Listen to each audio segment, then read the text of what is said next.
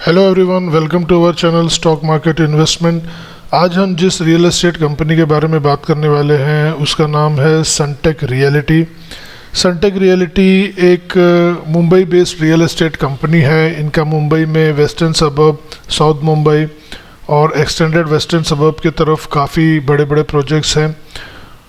हम एक बेसिक समझ लेते हैं इस कंपनी के एक साल के चार्ट के द्वारा कि क्या इसका प्राइसिंग चार्ट रहा है।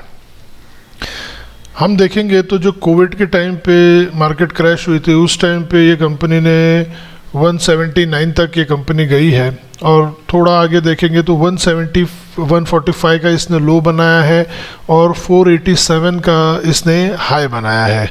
फ़िलहाल ये कंपनी 215 रुपीज़ पे चल रही है और एक साल पहले इसी लगभग टाइम के आसपास ये कंपनी 470 के आसपास चल रही थी। तो ऐसा एक साल में क्या हो गया कि ये कंपनी 50% हो गई अपने एक साल के रेट से।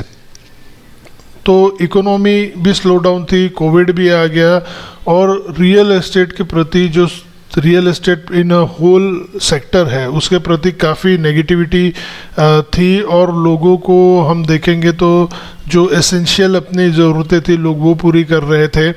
तो रियल एस्टेट के शेयर के प्राइसेस इसलिए ज़्यादा गिर गए। अब हम एक बेसिक समझ लेते हैं कि सनटेक रियलिटी के प्रोडक्ट्स क्या है और क्या ये कंपनी प्रेजेंस रखती है। तब तक मैं आपको ये कहना चाहूँगा कि आपने अगर मेरे चैनल को लाइक और सब्सक्राइब नहीं किया है तो प्लीज़ आप उसको लाइक और सब्सक्राइब ज़रूर कर दीजिएगा। सनटेक रियलिटी का आप देखेंगे तो नायगांव में एक बहुत बड़ा प्रोजेक्ट है सनटेक वर्ल्ड। ये 100 एकड़ के ऊपर का डेवलपमेंट है। सनटेक रियलिटी ने अभी तक 31 मिलियन स्क्वायर फीट का डेवलपमेंट किया है। मोर देन 26 प्रोजेक्ट्स इन्होंने कंप्लीट किए हैं। इनके residential as well as commercial projects हैं और इन्होंने रेसिडेंशियल प्रोजेक्ट्स को 4 सेक्टर में बांट दिया है। हम कह सकते हैं लोकेशन और बजट साइज़ के हिसाब से। लग्जूरियस उबर लग्जूरियस प्रोजेक्ट है इनका, वो सिग्नेचर ब्रांड से चलता है। जो अल्ट्रा लग्जूरियस है वो सिग्निया ब्रांड से चलता है और जो बड़े बड़े मिक्स्ड यूज़ टाउनशिप है वो सनटेक सिटी और सनटेक वर्ल्ड के नाम से चलते हैं। और इनके कमर्शियल एंड रिटेल में भी काफ़ी सारे प्रोजेक्ट्स हैं।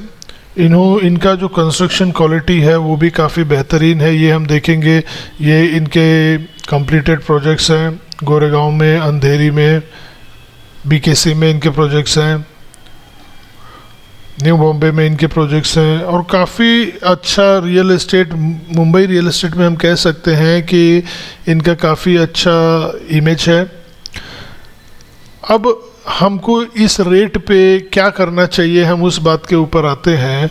तो मैं आपको ये बताना चाहता हूँ कि पर्टिकुलरली महाराष्ट्र रियल एस्टेट के लिए एक बहुत बड़ी न्यूज़ निकल के आ रही है कि महाराष्ट्र गवर्नमेंट ने स्टैम्प ड्यूटी का जो रेट है उसे 2 to 3% रिड्यूस करने का एक डिसीजन लेने वाली है। ऐसा बाला साहब थोराट जो रेवेन्यू मिनिस्टर है उन्होंने बताया है और उनका ये कहना है कि रियल एस्टेट सेक्टर को बूस्ट करने के लिए ये 2 to 3% जो स्टैम्प ड्यूटी में रिडक्शन है वो ये मंथ के एंड तक वो डिसीजन ले लेंगे। हालांकि जो बिल्डर लॉबी थी उनकी डिमांड थी कि 1% इंटरेस्ट होना चाहिए, स्टैम्प ड्यूटी होना चाहिए, बट 2 से 3% भी अगर हम देखेंगे तो वो अप्रोक्सीमेटली 50% हो जाता है प्रेजेंट स्टैम्प ड्यूटी से।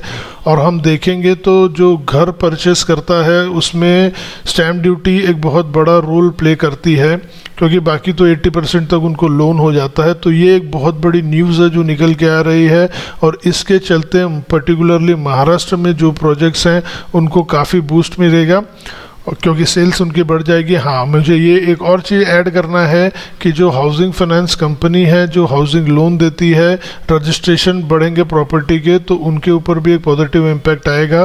तो मेरा एक पर्सनल इंफॉर्मेशन या स्टडी ये है कि हमें सनटेक रियलिटी में ये रेट पे एक अच्छा बार्गेन मिल रहा है, हमें इसमें एंटर होना चाहिए। बट आप अपना डिसीजन स्टडी करने के बाद ही लें। Thank you very much for watching.